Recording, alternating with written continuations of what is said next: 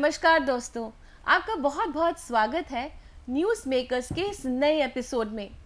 जैसे कि आप जानते हैं, न्यूज़ मेकर एक ऐसा प्रोग्राम है जहां हम आपको मिलाते हैं ऐसी हस्तियों से जिन्होंने अपनी ज़िंदगी में बहुत मुकाम पाया है। अपनी कड़ी मेहनत और अपनी कहानी से वो आज हमारे इस मंच पे हमें इंस्पायर कर रहे हैं।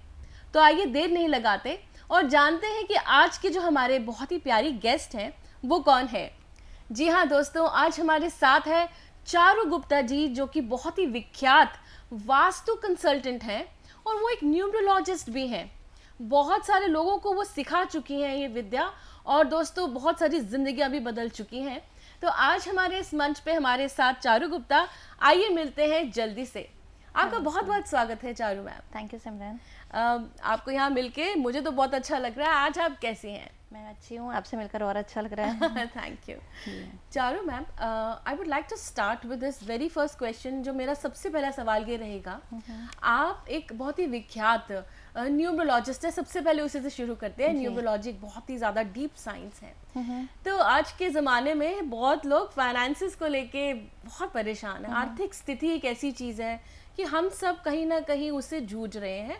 काफ़ी लोगों के साथ प्रॉब्लम्स हैं, और कभी कभी हमने देखा है कि काफ़ी लोग सक्सेस तो पा लेते हैं, लेकिन कहीं ना कहीं वो सक्सेस या कुछ ऐसे नंबर्स या कहीं उनकी फाइनेंशियल सिचुएशन से वो आगे पहुंच नहीं पाते हैं। तो जल्दी से हमें आप ये बताएं कि न्यूमरोलॉजी में कौन से ऐसे नंबर्स हैं, क्या हम चेंज कर सकते हैं अपनी फाइनेंशियल स्टेटस?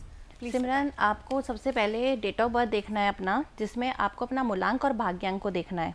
अगर आपका मूलांक और भाग्यांक एंटी है, जैसे आपका मूलांक 1 है, भाग्यांक 8 हो गया, या आपका मूलांक 8 या 1 हो गया, इसी तरीके से अगर मूलांक 8 या 2 होता है या भाग्यांक 3 या 6 होता है, तो आपका वो एंटी कॉम्बिनेशन बन जाता है। तो जब आपका एंटी कॉम्बिनेशन बनता है मूलांक और भाग्यांक का, तो उस केस में अब आपका जो होता है ना, फाइनेंस अप एंड डाउन शुरू हो जाता है। आपकी लाइफ में सडन गेन सडन लॉसेस शुरू हो जाते हैं। तो यहाँ अगर आपका मूलांक और भाग्यांक एंटी है, तो दैट मीन्स कहीं ना कहीं आपकी लाइफ में स्ट्रगल रहेगा अपनी प्रोफेशनल लाइफ को रिलेटेड। दूसरा, अगर आपको अब देखना है अपनी पूरी डेट ऑफ बर्थ में देखना है, जिसमें आपको अपना मूलांक भाग्यांक कुएं को भी कैलकुलेट करना है। अगर आपकी डेट ऑफ बर्थ में पूरे में 8 नहीं है, तो दैट मीन्स पैसा तो आ रहा है पर पैसा होल्ड करने की ताकत नहीं है अब आपके हाथ में।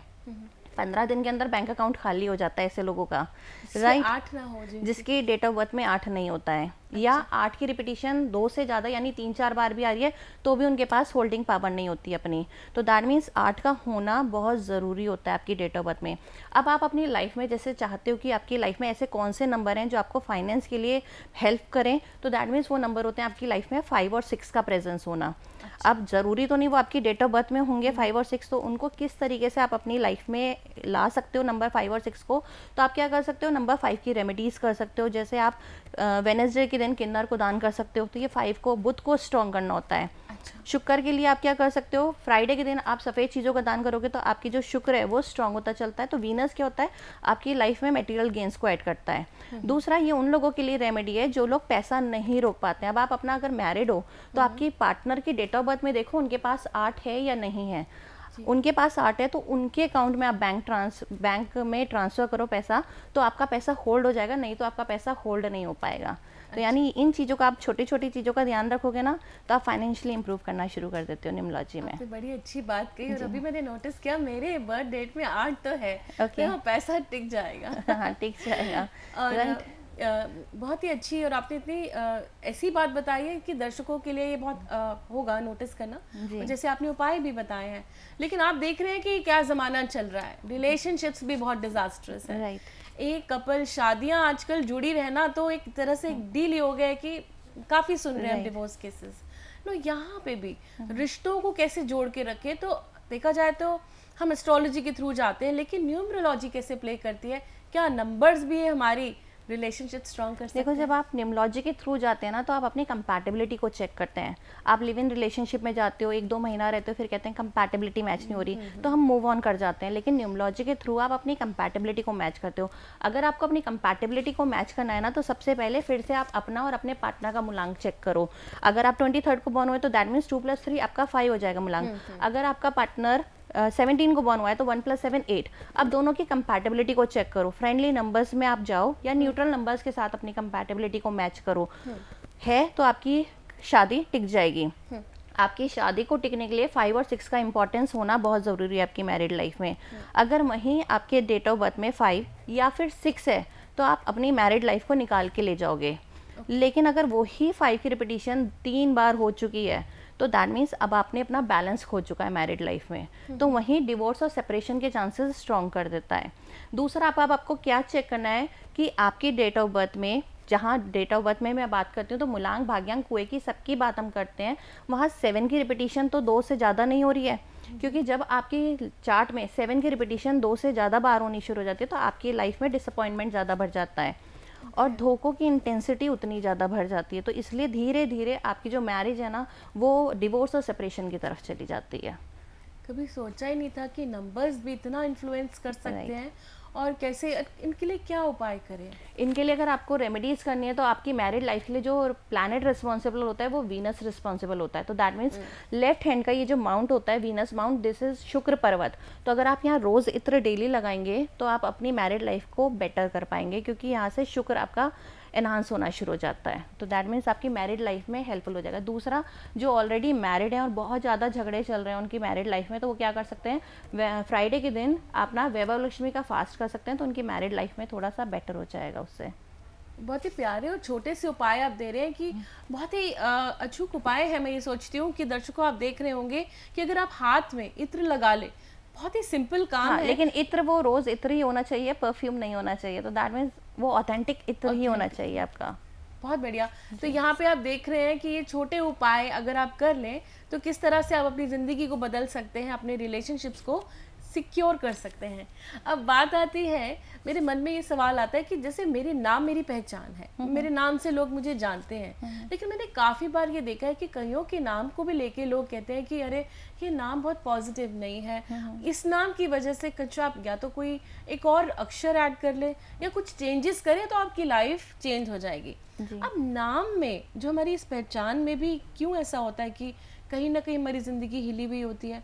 न्यूमरोलॉजी कैसे हेल्प कर सकती है? शेक्सपियर ने एक बार कहा था कि what's in the name, but मैं बोलूँगी it's all in your name. क्योंकि जब आप चले जाते हो आप ही का ही नाम रहता है, तो नाम में ही ताकत होती है, राइट? अगर आप नाम की बात करते हो कि क्या न्यूमरोलॉजी में नेम हेल्पफुल करता है, नेम करेक्शन, हाल फिलहाल में राजकुमार राव ने अपना नेम करेक्शन कराया है, राइट? अभी आप उनकी स्त्री देख रहे हो, बॉलीवुड में उनका बहुत अच्छा चल रहा है वो। तो that means he has added 1 M, उन्होंने एक और M ऐड करा है अपने नाम में। तो दैट मीन्स अगर उनका नेम का टोटल अगर आप करोगे तो 6 पर गया है। तो 6 जो होता है हमारे न्यूमरोलॉजी में वो वीनस को रिप्रेजेंट करता है। तो वो जो भी काम आपका कैमरे के फ्रंट में जाकर काम हो रहा है वो वीनस का काम होता है। तो यानी जहाँ आपको लग्जरी मिल रही है, ग्लैमर मिल रहा है, फेम मिल रहा है, मनी मिल रहा है, वो वीनस का काम होता है। अब उनके नाम में 6 पे वाइब्रेशन क्रिएट करी गई है, तो दैट मीन्स उनका देखो आप कितनी सक्सेसफुल होते जा रहे हैं वो, ठीक है? अगर आप और बॉलीवुड स्टार्स की बात करते हो तो रानी मुखर्जी को आप देखो, वो भी अपनी टाइम की बहुत सुपर एक्ट्रेस रही हैं। तो दैट मीन्स उनके नाम के सरनेम में भी करेक्शन हुआ है, तो उनके नाम की वाइब्रेशन जो है वो 1 पर क्रिएट करी गई है। आयुष्मान खुराना को आप देखो, आयुष्मान खुराना में भी आप देखोगे चेंजेस हुए हैं। तो दैट मीन्स जब आप नेम के थ्रू अपनी करेक्शन करते हो तो आप अपनी लाइफ में ग्रो करना शुरू कर जाते हो। आप जो अपनी डेट ऑफ बर्थ में तो करेक्शन नहीं कर सकते हो, दूसरी चीज़ जो आप अपने लिए ओन करते हो वो आपका नाम होता है। तो दैट मीन्स अगर आपकी लाइफ में डिफ़िकल्टीज आ रही है तो आप अपने नाम के थ्रू अपने लिए सक्सेस का पाथ क्रिएट कर सकते हो। अब लोगों को बहुत डाउट होता है कि अगर हम नेम न्यूमरोलॉजी कराएंगे तो हमें अपने डॉक्यूमेंट्स में चेंजेस कराने पड़ेंगे, लेकिन वो मैंडेटरी नहीं होता है। आपका जो भी नेम करेक्शन होता है वो सिर्फ और सिर्फ सोशल मीडिया प्लेटफॉर्म के लिए ही होता है। गवर्नमेंट डॉक्यूमेंट में आपका ओरिजिनल ही नेम चलता है। तो ये जो मिथ होता है कि लोगों को अपने पूरे डॉक्यूमेंट्स में चेंज कराना पड़ेगा, वो नहीं होता। दूसरा, आपको जो अपना नेम कराना चाहिए वो एज पर योर कि आपकी क्या जॉब प्रोफाइल या क्या बिजनेस से आप कनेक्ट कर रहे हो। अगर आप किसी भी काम में रिलेट हो जहाँ ग्लैमर है तो दैट मीन्स आपको जो अपना नेम न्यूमरोलॉजी कराना चाहिए वो 6 पे सेट कराना चाहिए। अगर आप हायर डेजिग्नेशन पे हो किसी जगह तो दैट मीन्स अब आपको सन की पावर चाहिए, तो 1 पे हम उसको वाइब्रेट करते हैं। अब आप किसी क्रिएटिव फील्ड में हो तो दैट मीन्स आपको जुपिटर का नंबर चाहिए, तो हम नंबर 3 पर उनकी एनर्जी को क्रिएट करते हैं। तो इस तरीके से एज पर द रिक्वायरमेंट, जो उनकी रिक्वायरमेंट होती है उनके प्रोफेशनल लाइफ के अकॉर्डिंगली, उस पर उनका नाम वाइब्रेट करते हैं हम अपना। बहुत ही बढ़िया। अब जैसे आपने बोला कि उस पे सेट कराना चाहिए, जैसे कुछ नंबर पे, इसका क्या मतलब है, वो कैसे करते देखिए हैं? जैसे अभी मैंने बोला, जनरली जो नेम करेक्शन होता है ना, वो हम प्रेफर करते हैं 1, 3, 5 एंड 6 पे जाने के लिए। ठीक। अगर आप 8 पे करोगे अपना नेम सेट, तो 8 क्या है, शनि को रिप्रेजेंट करता है। तो शनि क्या करता है, आपकी लाइफ में डिले करता है, शनाय शनाय डिले ला देता है। तो अगर आपका नाम शनि पर होगा, 8 पर वाइब्रेशन क्रिएट होगी, तो आपकी लाइफ में जो सक्सेस आएगी वो डिले के साथ आएगी आपको, तो धीरे धीरे आएगी आपको। अगर आपका नेम न्यूमरोलॉजी 7 पे कोई सेट कर देता है, तो 7 जो होता है वो डिसअपॉइंटमेंट को ऐड करता है आपकी लाइफ में। तो फॉर श्योर उसकी प्रोफेशनल लाइफ में या तो लोग उसको यूज़ करके जाएंगे या काम उससे कराएंगे, लेटर उसको बैक स्टेप यानी धोखा देकर प्रमोशन किसी और का हो जाएगा, काम उससे कराएंगे। तो नंबर 7 जो है वो डिसअपॉइंटमेंट का नंबर होता है। तो कहीं ना कहीं उसकी लाइफ में आपको डिसअपॉइंटमेंट दिख जाएगा। अगर प्रोफेशनल लाइफ में नहीं होगा तो पर्सनल लाइफ में होना शुरू हो जाएगा, तो डिसअपॉइंटमेंट दिख जाता है इस तरीके से। ऐसे ही आपका नंबर 2 है, नंबर 2 जो है वो मून को रिप्रेजेंट करता है। और मून जो होता है वो आपको स्लो बना देता है, तो दैट मीन्स आप अपने मूड के अकॉर्डिंगली ड्रिवन हो जाते हो।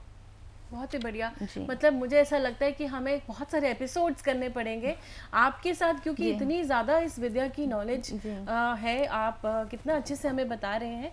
अब मैं जानना चाहती हूँ, क्योंकि मैं जानती हूँ कि आप एक बहुत ही विख्यात वास्तु कंसल्टेंट भी हैं। तो यहाँ मैं जानना चाहती हूँ कि जैसे हम बात करते हैं, आप फाइनेंसेस पे ही ले लेते हैं, चलिए कि फिर से मैं फाइनेंस पे जाती हूँ कि आर्थिक स्थिति को लेके सब बहुत परेशान हैं। अब वास्तु, जैसे अब घर में हैं आप, और हमारे घर की जो प्लेसमेंट्स होती हैं कुछ इस तरह से चीज़ें रखी होती हैं, या घर में हम देखते हैं कि कभी वेल्थ को लेके प्रॉब्लम आ रही है, कभी हेल्थ को लेके प्रॉब्लम आ रही है। तो क्या वास्तु में ऐसे क्या चेंजेस होते हैं कि कैसे हम अपनी ज़िंदगी में फाइनेंशियल गेन्स कर लें, कुछ घर की ऐसी चीज़ें ठीक करके? सिमरन, मैंने अपना जितना भी मैंने वास्तु का अपना लाइफ में लोगों का देखा है, तो एक कॉमन प्रॉब्लम देखा है कि उनका जो फेसिंग होता है वो प्रॉब्लम रहता है।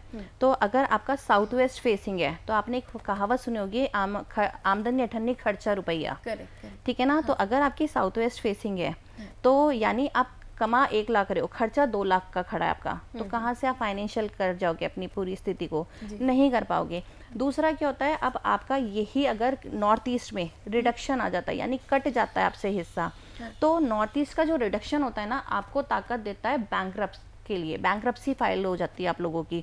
तो जब आप कभी प्रॉपर्टी परचेस करते हैं, तो मेक श्योर कि नॉर्थ ईस्ट में किसी भी तरीके का फ्लॉज ना हो, वास्तु दोष ना हो, क्योंकि आपकी सारी चीज़ों की आपको रेमेडी मिल जाती है, सिर्फ नॉर्थ ईस्ट की आपको रेमेडी नहीं मिलती है। अगर आपका नॉर्थ ईस्ट में रिडक्शन होगा या किचन होगा, तो अब क्या होगा, आपका पैसा बर्न होना शुरू हो जाएगा।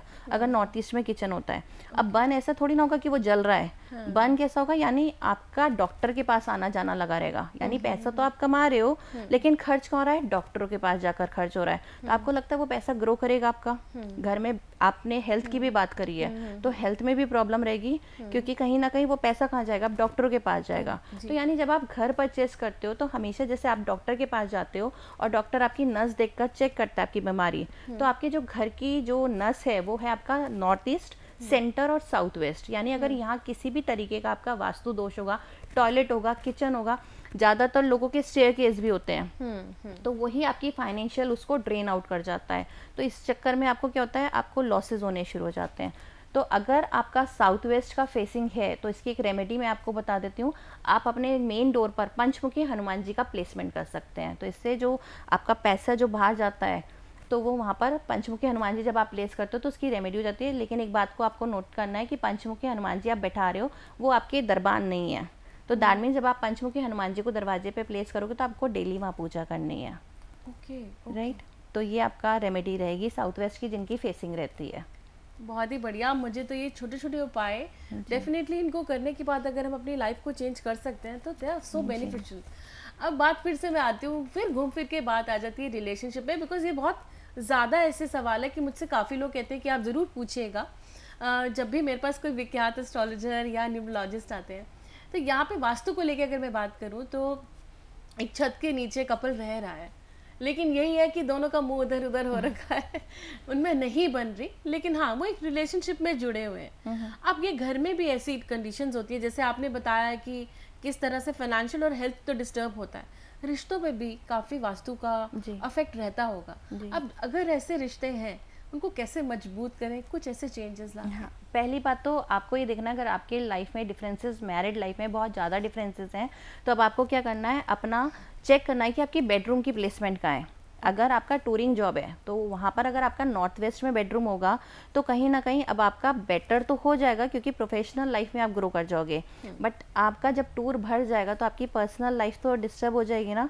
तो यानी अगर आपकी पर्सनल लाइफ डिस्टर्ब हो रही है तो सबसे पहले टॉप प्रायोरिटी में आपको चेक करना है आपका बेडरूम नॉर्थ वेस्ट में नहीं होना चाहिए, क्योंकि वो एयर जोन होता है, तो इंसान बाहर ही रहता है, घर से ज़्यादा बाहर रहता है। दूसरा अब आपको चेक करना है कि अब आपके साउथ वेस्ट में किचन तो नहीं है, क्योंकि साउथ वेस्ट जो होता है ना वो आपके एनर्जी को रिटेन करता है, घर की एनर्जी को रिटेन करता है। तो जब वहाँ किचन होता है तो आपकी वो एनर्जी जो है ना वो बर्न हो रही है, तो वहाँ पर आप अपनी स्ट्रेंथ खोते हो। जब वहाँ पे साउथ वेस्ट में किचन होता है आप अपनी स्टेबिलिटी को लूज कर रहे हो और आपके रिलेशनशिप स्पॉइल हो रहे हैं। तो जब साउथ वेस्ट में किचन होना शुरू हो जाता है तो आप में मतभेद शुरू हो जाते हैं। तो इसलिए आपको देखना है सबसे पहले साउथ वेस्ट में किचन ना, आपका बेडरूम नॉर्थ वेस्ट में नहीं होना चाहिए। अगर आपके में ऑलरेडी डिफरेंसेस हैं तो अब आप क्या कर सकते हो, फैंगशुई में लव बर्ड होता है जिसको हम प्लेस कर सकते हैं, तो आप उसे साउथ वेस्ट की डायरेक्शन में प्लेस कर सकते हो। तो इससे आप लोगों की जो मैरिटल ब्लिस होना शुरू हो जाता है आपकी लाइफ में, और जो प्रॉब्लम्स है वो सॉर्ट आउट होना शुरू हो जाता है। तो इस तरह से आप अपनी वास्तु को चेक कर सकते हैं। बहुत ही बढ़िया। अब अगर मैं देखूं तो वास्तु में भी इतने सवाल हैं मेरे पास, लेकिन ये है ना कि वक्त का तकाजा है, हमारे पास बहुत कुछ तो है आपसे पूछने के लिए, लेकिन मेरे को लगता है कि इसी छोटे से इंटरव्यू में हमने आपसे काफ़ी इन्फॉर्मेशन ले ली है। और आपका मैं ये भी जानती हूँ कि बहुत क्विकली जानती हूँ कि आप बच्चों को सिखाते भी हैं, काफ़ी स्टूडेंट्स भी हैं, तो थोड़ा सा कैसे आपसे लोग जुड़ पाएँ वो आप जल्दी से बता दीजिए हमें। अगर किसी को मेरे साथ जुड़ना है तो मेरी वेबसाइट पे विजिट कर सकते हैं www.charugupta.com। हम न्यूमलॉजी से शुरू स्टार्ट करते हैं, क्योंकि न्यूमलॉजी बहुत आसान होती है सीखनी। जब आपको एक मोटिवेशन मिलता है कि आपको आ गया है तो दैट मीन्स आप न्यूमलॉजी के थ्रू सीख सकते हो। उसके बाद जैसे कहते हैं ना, लर्निंग कभी भी स्टॉप नहीं होना चाहिए, it's a journey from cradle to grave. तो यानी जब तक आप बॉर्न हुए, जब तक आप रहोगे, आपको सीखता रहना चाहिए। तो आप ग्रेजुअली फिर वास्तु में जा सकते हैं। फिर मैं नाड़ी एस्ट्रोलॉजी भी कराती हूँ, तो दैट मीन्स आप धीरे धीरे उसमें कनेक्ट कर सकते हैं। आपको एक राय मैं दूंगी, मेरे सारे टीचरों ने मुझे हमेशा ये बोला है आप अपने काम में बहुत ऑनेस्ट रहो। मेरे फादर भी हमेशा कहते थे मेहनत कर ध्यान बनेगा, इज्जत कर तो काम बनेगा, और मीठा बोल तो पहचान बनेगी। तो दैट मीन्स कहीं ना कहीं ये सारी चीज़ें जब आप अपने आप कॉपरेट कर लोगे, इनकॉपरेट कर लोगे अपने वर्क लाइफ में, तो आप अपने आप ग्रो कर जाओगे। तो जो भी आप कंसल्टेशन करोगे या क्लासेस करोगे तो उसे बहुत ऑनेस्ट वे में करना, ताकि आप अपनी लाइफ में ग्रो ना शुरू हो जाओ। क्या खूब आपने बात कही है, मुझे बहुत ही मज़ा आ गया और मेरे लिए भी ये लेसन है। और मैं जानती हूँ कि दर्शक आप देख रहे हैं तो ये बहुत बड़ा लेसन आज हमें मिला है कि हम जो भी काम करें उसे पूरे सच्चे दिल से, ऑनेस्टी से करें, तो आपको सक्सेस ज़रूर मिलेगी। आपका बहुत बहुत शुक्रिया, आप यहाँ आए, आपने अपना वक्त निकाला और हमारे दर्शकों के लिए इतनी सारी नॉलेज दी। Thank you so much for being here. Thank you Simran. तो दोस्तों, आपको यह एपिसोड ज़रूर पसंद आया होगा, और अगर आ रहा है तो प्लीज़ आप इन छोटे छोटे उपायों को अपनी ज़िंदगी में उतारिए और अपनी ज़िंदगी बदल लीजिए। तब तक मैं कहती हूँ गुड बाय, क्योंकि आई प्रॉमिस कि मैं फिर आऊँगी एक नए गेस्ट के साथ। Stay blessed.